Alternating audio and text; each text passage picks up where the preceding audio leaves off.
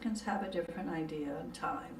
And what I've learned, though, is that if you can develop a personal relationship and you become, and you care about them and they care about you, they're very attentive. If you're off to work and the guy who said he'd be there at 7 a.m. isn't there, that's a nuisance. But, and maybe I'm speaking as a retired person too, that it doesn't seem as important to me. I learned a long time ago that mañana does not mean tomorrow, it means not today. You have to relax. It is the mañana culture, which it has always been in the back of my mind is how I wanted to live. So, you know, you just kind of, you learn to let stuff slide. But mañana means that it isn't going to be today. Yeah. Doesn't necessarily mean that it's going to be tomorrow. And we just have to learn to flow with that. If we get all frustrated because someone said they would be here and they either don't come on time or they don't come at all, that is part of the culture. And if we're going to be guests in this country, we just have to learn to deal with it. There's something that I still can't decipher the code of when it's all right to be an hour or so late. It's more on social things.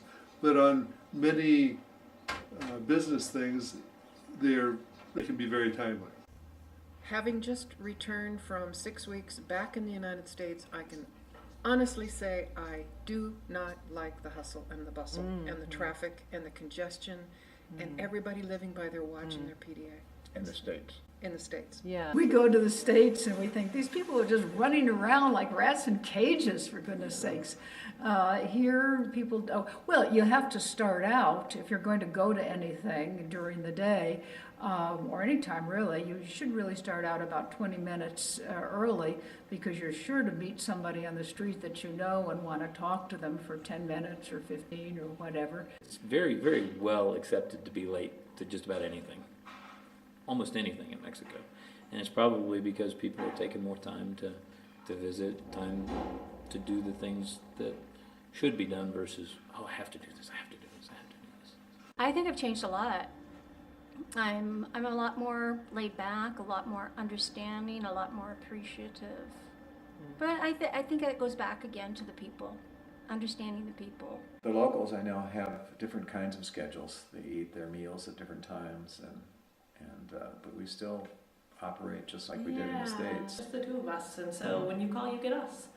And so you always get to talk to a doctor, or we always get back to you if something's going on. So, and you know, this is a reason why we made a choice to come to San Miguel, because we wanted a life and a practice that enables us to do that. Life is generally more relaxed. It makes, you know, when the stress happens, it happens, and we manage it and move on, you know. People have enough time to say good morning and really be kind.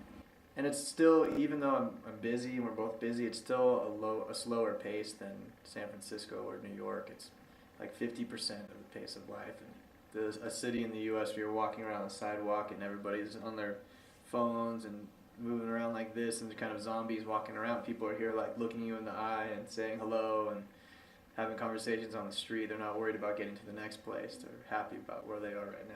So with kids and with the job, and then picking the kids up from school and then moving them to their horseback riding or their dance classes or their piano classes or wherever they were going, or play dates, just like in the States, everything is the same.